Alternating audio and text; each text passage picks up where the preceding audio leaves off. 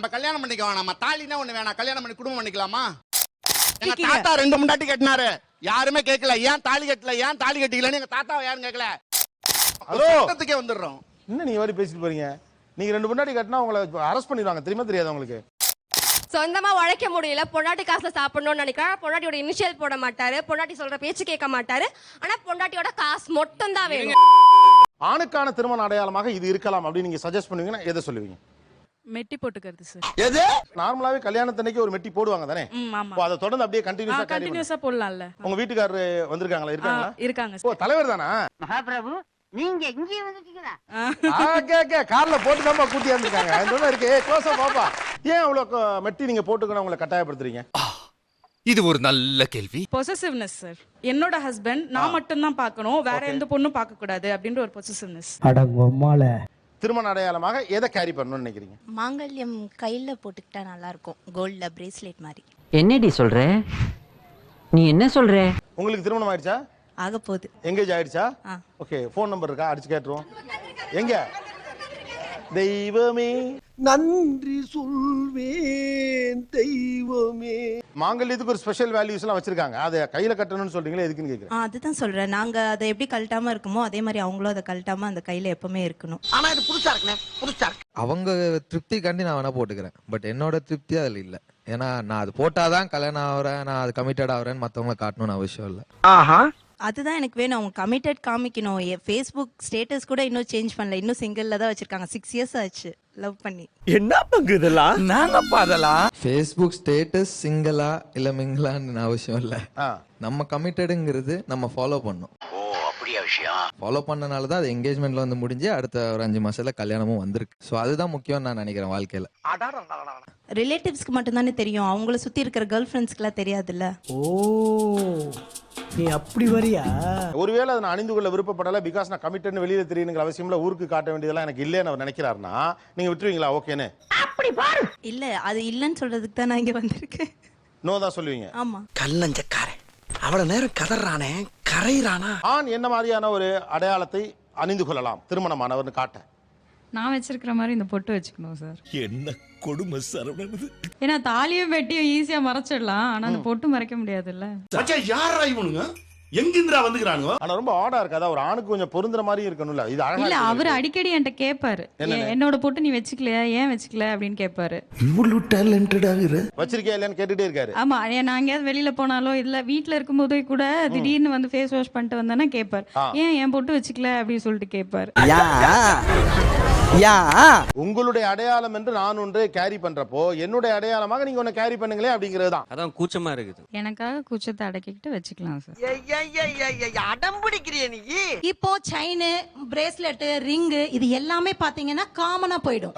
பேர் போட்டு போட்டோ போட்டு போட்டாலும் காலர் வச்சு ஷர்ட் போட்டாங்கன்னா அது மறைஞ்சிடும். அதுக்கு என்னப்பா மெட்டி போட சொன்னோம்னா ஷூ போட்டாங்கன்னா மறைஞ்சிடும். இப்படி லேடிஸ பார்த்த உடனே இவங்க ஒரு மேரிட் பர்சன் அப்படின்னு ஒரு மரியாதையை நிமித்தமா நினைக்கிறோமோ, அந்த மாதிரி ஆண்களையும் பார்த்த உடனேயே அவங்க ஒரு மேரிட் பர்சன் தெரியணும்னா ஃபர்ஸ்ட் ஃபேஸ் லுக். அப்போ ஸ்டெட்டுங்க சார். ஆள் தெரியல போட்டுருக்கு. நாங்கெல்லாம் சிங்கத்தோட உண்ணாக்க வெட்டுக்குன்னு பிடிங்க திங்கிறீங்கடா. ஸ்டெட் போட்டிருந்தா அவங்க ஒரு மேரிட் பர்சன் அப்படி கொண்டு வரலாம். சோ கல்யாணம் ஆன உடனே காது குத்தி ஒரு ஸ்டெட் போட்டோம்னா அட்லீஸ்ட் ஒன் சைடு போட்டுருக்கணும். அவரே திருமணமானவர் பார்த்த உடனேயே தெரியணும். ஐயோ ஐயோ. ஷார்ட்டான செயின்ல நல்லா தெரியற மாதிரி, நல்ல காலர் நல்லா மறைச்சா கூட தெரியற மாதிரி அந்த மாங்கல்யம் சிம்பிள் போட்டு ஷார்ட்டான செயின்ல இங்க போட்டுருக்கணும். அப்படி பாரு, சூப்பர் சீனரி. ஏன் போகணும்னு நினைக்கிறீங்க? ஏன்னா அதே தாலி தான் வந்து பெண்கள் சுமக்குறாங்க இல்லையா, கல்யாணம் ஆன பெண்கள். சோ ஒரு தாலி சுமக்கிறதுல ஒன்றும் தப்பு கிடையாது. டாட்டோ அண்ணா ஆட்டின் போட்ட மாதிரி அவங்க போட்டுக்கிட்டா நானும் டாட்டோ போட்டுப்பேன். அவங்க தாலி வேர் பண்ணிக்கிட்டா நானும் வேர் பண்ணிப்பேன். அவங்க எதுவுமே பண்ணல, நானும் எதுவுமே பண்ண மாட்டேன். அப்ப நீங்க என்னென்னலாம் போட்டுருக்கீங்களோ அதெல்லாம் அவங்க போடணுங்கிறீங்க? கண்டிப்பா. ஏன் நாங்க மட்டும் ஏன் செஞ்சுக்கணும்? அதானே, அவங்க மட்டும் ஜாலியா சுத்துறாங்க, எங்களுக்கு மட்டும் செயின் குத்தும், எங்களுக்கு மட்டும் மெட்டி போட்டா ஷூ போட முடியாது. ஆமாவா இல்லையா? நாங்க மட்டும் எல்லாம் வேர் பண்ணிக்கணும், நாங்க குங்குமம் வச்சுக்கணும். ஆனா அவங்க எதுவுமே பண்ண மாட்டாங்க, ஜாலியா ஃப்ரீ பேடா சுத்துவாங்கல்ல. வராம பிடிச்சவனே. மேலுக்கும் ஜென்ஸ்க்குன்னு சில ஸ்ட்ரக்சர் இருக்கு இல்லையா, ஒரு கம்பீரம் அந்த அடையாளம் எல்லாம் இருக்கு இல்லையா, அந்த அப்பியரன்ஸே டோட்டலா சேஞ்ச் பண்ற மாதிரி இருக்கு.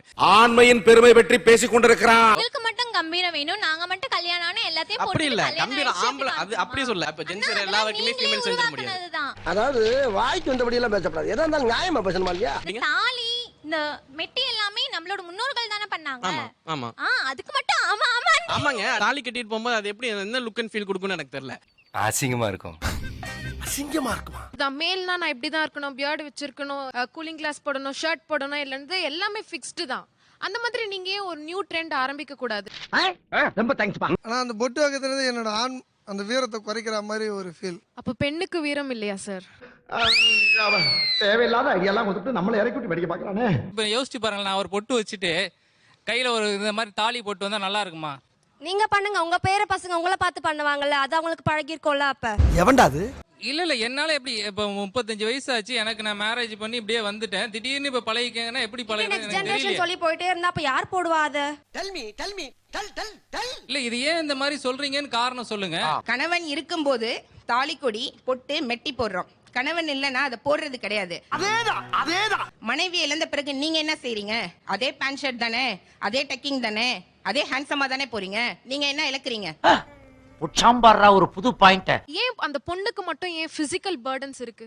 தாலியில என்னென்னவோ போடுறாங்க, மெட்டி போடுறாங்க, குங்குமம் வைக்கிறாங்க, ஆம்பளைக்கு எதுவுமே கிடையாது. ஏவே சிந்திக்க வச்சுட்டானே.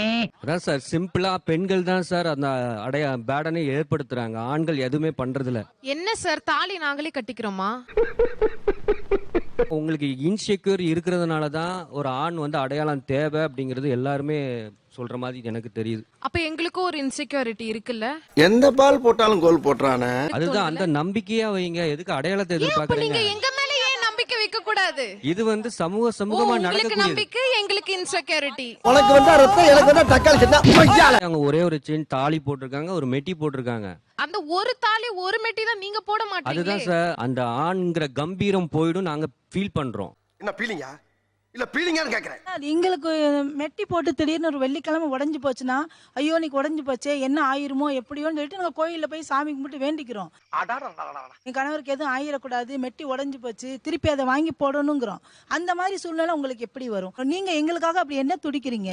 ஏன்டா தயங்குற? தைரியமா சொல்றான். ஐயோ மெட்டி உடஞ்சிருச்சு, அவருக்கு என்ன ஆகுமோ, பைத்தியக்காரத்தனமா இருக்கும் கேட்கறதுக்கு. ஆனா அந்த ஒரு பாண்டிங் அதுக்குள்ள வருதுல, என் மேல கூடுதல் உனக்கு பாசம் வரும், உங்ககிட்ட என்ன சிம்பிள் இருக்குன்னு கேக்குறாரு. சொல்லு, நீ தான் தைரியமான ஆளத்தை சொல்லு. எனக்கு கல்யாணம் ஆயிடுச்சுன்னு தெரியும், அவங்களுக்கும் கல்யாணம் ஆயிடுச்சு. அது அவங்களையும் சேர்த்து தான் சொல்றேன். அது ஊர்வலத்துக்கு போய் அது சொல்லி பிரதிபலிக்கணும்னு ஒன்றும் அவசியம் இல்லையே. Very simple. நீங்க இப்ப எந்திரிச்சு நில்லுங்களேன். இன்னைக்கு என்னெல்லாம் பண்ண போறாரு? உங்களுக்கு கல்யாணம் ஆயிடுச்சா இல்லையான்னு என்னால சொல்ல முடியாது, சரியா? இப்போ நாங்க மேல உட்காந்துக்குள்ள பிளாக் ட்ரெஸ் போட்டுக்க பொண்ணு, அந்த பொண்ணு கல்யாணம் ஆயிடுச்சா இல்லையா? இல்ல. இவங்களுக்கு கல்யாணம் ஆயிடுச்சா இல்லையா? ஆமா, கல்யாணம் ஆயிடுச்சுல, தெரியுதுல பார்த்தாலே. இப்போ உங்களை பார்த்தா கல்யாணம் ஆயிடுச்சா இல்லையா நீங்க யாராலுக்குமே தெரியாது. இவ்வளவு நாளா மூடி கிடந்த அறிவு கண்ணே நீங்க திறந்துட்டீங்கயா. ஸ்ட்ரேஞ்சருக்கு நான் கல்யாணமானவன் காட்டிக்கிறதுல என்ன பிரச்சனை? எப்படி காமிக்கிறதுன்னு சார்? அதனாலதான் சொல்றாங்க ஒரு சிம்பிள் வச்சுக்கங்கறாங்க. சபாஷ், சரியான போட்டி. நான் அந்த மாதிரி வளரல சார். ஏன் எனக்கு அந்த மாதிரி நீங்க பிறந்ததுல இருந்து இந்த கம்பெனில தான் வேலை பாக்குறீங்களா? இல்ல சார். இல்ல கத்துக்கிட்டீங்கல்ல, கத்துக்கங்கங்கறாங்க. சாம்பார் ஆப் எனக்கு. சரி, ஏன் கத்துக்கணும்? நாங்க கத்துக்கிறோம்ல சார் எல்லாத்தையுமே. நாங்க இப்படிதானே வளரோம் சின்ன வயசுல இருந்து. உங்களுக்காக நாங்க மாத்திக்கிறோம்ல. என்ன கத்துக்கிட்டீங்க அதை ஃபர்ஸ்ட் சொல்லுங்க. யாரா நீ இவ்வளவு டேலண்டடா இரு? தாலி புதுசா போடுறோம், குங்குமம் புதுசா ஐயோ, வைக்கிறோம். நீங்க தாலி எல்லாம் புதுசா போடலமா, உங்க அம்மா போட்டிருக்காங்க, அதனால நீங்க போடுறீங்க. அம்மா போட்டா நான் போட்டு எனக்கு பழக்கம் கிடையாதுல்ல. நான் குமார் அவசரப்பட்டிய தாலி வரைக்கும் போவேன். எனக்கு ஒரு 3 வயசுல ஒரு பொண்ணு இருக்கா, அவளுக்கு நான் எதையுமே சொல்லி கொடுக்கறது இல்ல. அவளாவே பொட்டு வச்சு பைதேனா அவங்க அம்மாவை பார்த்தா வளர்ந்துருக்கா, அந்த மாதிரி வச்சிருக்கா. ஓ அப்படியா விஷயம்? இல்ல உங்க அப்பா செஞ்ச வேலையை தான் நீங்க செய்றீங்களா? இப்ப வேலையை பத்தி உங்க அப்பா செஞ்ச வேலையை தான் நீங்க செய்றீங்களா? உங்க அப்பா சொல்லி கொடுத்த மாதிரி தான் நீங்க வளர்ந்துருக்கீங்களா? சரியான போட்டி. நீங்க அப்பா அம்மா செஞ்சதை தான் நான் ஃபாலோ பண்ணுவேன்னு சொல்றதா இருந்தா காலம் முழுக்க அது நீங்க எல்லாத்தையும் ஃபாலோ பண்ணிருக்கணும். அப்படிலாம் நம்ம ஃபாலோ பண்ணலேங்கறாங்க. இதுல ஒண்ணும் குறைச்சலடா, இதுல ஒண்ணும் குறைச்சல்ல. நம்ம கல்யாணம் பண்ணிக்கலாம், நம்ம தாலினா ஒண்ணு வேணாம், கல்யாணம் பண்ணி குடும்பம் பண்ணிக்கலாமா? டேய் ஏன்டா கொந்தளிக்கிற? நான் கற்பனை பண்ணி பாக்குறேன், என் முண்டாட்டி என் கழுத்துல தாலி கட்டுற மாதிரி பார்த்தா எனக்கு சிரிப்பா வருது ராத்திரி பூரா. ரொம்ப பயங்கரமான ஆளா இருப்பாரோ. எப்படி சார் சிரிப்பு வரும்? அப்போ உங்க வைஃப் கல்யாணம் பண்ணிக்கிறதுல நீங்க வந்து சிரிப்பா நான் என் முண்டாட்டியை கல்யாணம் பண்ணி எங்க வீட்டுக்கு தான் கூட்டிட்டு வந்தேன். இல்ல புரியல. எங்க வீட்டுக்கு கூட்டிட்டு வந்திருக்கேன். என் முண்டாட்டியை கல்யாணம் பண்ணி எங்க வீட்டுக்கு கூட்டிட்டு வந்திருக்கேன். எனக்கு தாலி கட்டி என் முண்டாட்டி அவ வீட்டுக்கு கூட்டிட்டு போல. நான் ஆம்பளமா? மூஞ்சி பார்த்தா அப்படி தெரியலையே. எங்க தாத்தா 2 முண்டாட்டி கட்டினாரு. யாருமே கேட்கல ஏன் தாலி கட்டல ஏன் தாலி கட்டிக்கலன்னு எங்க தாத்தாவை யாரும் கேட்கல எங்க அப்பா 2 உங்க பொண்டாட்டி தாத்தா கட்டினாரு போயிட்டு யாரும் கேட்கல சரி இப்ப இவருக்கு என்ன எங்க தாத்தா ஊன்னாருன்னா எங்க அம்மா உள்ள போய் உட்காந்துக்கும் பாட்டி உள்ள போய் உட்காந்துக்கும் நீங்களா யாருடா ஹலோ சட்டத்துக்கே வந்துடுறோம் என்ன நீங்க மாதிரி பேசிட்டு போறீங்க நீங்க 2 பொண்டாட்டி கட்டினா உங்களை அரெஸ்ட் பண்ணிடுவாங்க தெரியுமா தெரியாது உங்களுக்கு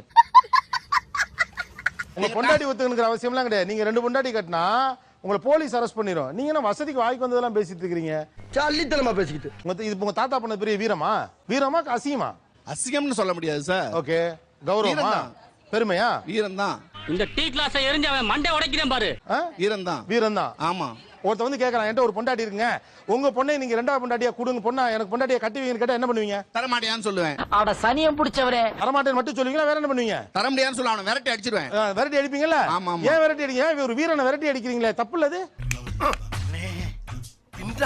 ரொம்ப சாதாரண ஒரு விஷயம் சார் கல்யாணம் காட்டிக்கிறதுல என்ன பிரச்சனை இவ்வளவுதான் கேள்வி சார் எவ்வளோ பேசுறீங்க இதுக்கு நீ மனுஷனே இல்ல தெரியுமா இப்ப நான் வந்து மேரேஜ்க்கு முன்னாடி வரைக்கும் எங்க அப்பாவோட நேம் இனிஷியலா வச்சிட்டு இருந்தேன் மேரேஜ்க்கு அப்புறம் இப்ப என்னோட ஹஸ்பண்டோட நேம் தான் நான் இனிஷியலா மாத்தணும் அவங்களால மாத்த முடியுமா சார் நீ கேட்ட ஒவ்வொரு கேள்வி என்ன செருப்பால் அடிச்ச மாதிரி இருக்குடா எங்க போனாலும் அப்பா பேர் தான் கேக்குறாங்க நம்ம அப்பாவோட இன்சியல் தான் ஏத்துக்கிட்டா கொடுப்பேங்கிறீங்களா சட்டம் நோ சொன்னதே கிடையாது சட்டம் நோலாம் சொல்ல இது அவனை மாட்டாடா என் பம்பர கட்ட மண்டையா நிர்மலா சீதாராமன் யார் ஃபினான்ஸ் மினிஸ்டர் இந்த சீதாராமன் யார் அவரோட ஹஸ்பண்டா இருக்கும் அவங்க ஹஸ்பண்டா இருக்கும் அதான் சீதாராமன் அவங்க அப்பா தான் ஒரு அசிங்கமாய் போச்சு குமார் சீதாராமன்ங்கிறது அவங்க அப்பா பேர் தான் அவங்க திருமணத்துக்கு பிறகு ஒன்னதெல்லாம் மாத்திக்கலாம் இல்ல இல்லையா சட்டம் அப்படி சொல்லவே இல்லை சார் சட்டம் அனுமதித்தால் செய்யறோம்னு சொல்றதுல அது ஒண்ணுமே கிடையாது அட கன்றாவிய எப்படி இந்த மனுஷன் எப்படி ஆயிட்டாரு பாத்தியா இந்த இன்சியல் எல்லாம் வந்து இப்ப எனக்கு பிறந்த குழந்தைக்கு என்னுடைய ஒய்ஃபோட இன்சியலும் சேர்த்து தான் வச்சுக்கிட்டு இருக்கோம் இதெல்லாம் நம்புற மாதிரி அங்க இருக்குது இப்ப நீங்க வந்து உங்க பேரையும் உங்க மனைவி பேரையும் சேர்த்து தான் இனிஷியலா உங்க பிள்ளைக்கு வச்சிருக்கீங்க குழந்தைக்கு உங்க அப்பா இதை பண்ணாரா இதை பண்ணல உங்க தாத்தா பண்ணல சார் அப்புறம் நீங்க பண்ணீங்க